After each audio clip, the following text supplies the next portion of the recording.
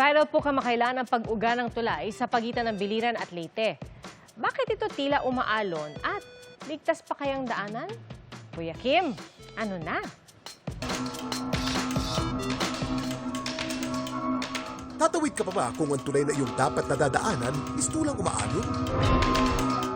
Ito ang pangamban sa Biliran Bridge.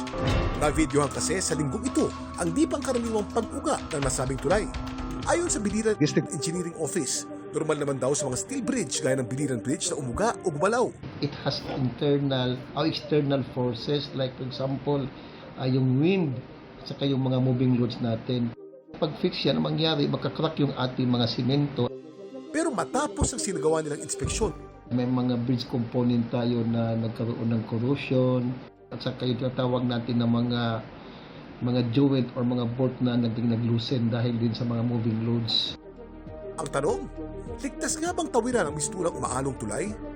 Kuya Kim, ano na? Ang pinakaunang mga tulay sa kasaysayan, gawa sa mga natural na struktura, gaya ng mga malalaking bato o natumbang kahoy.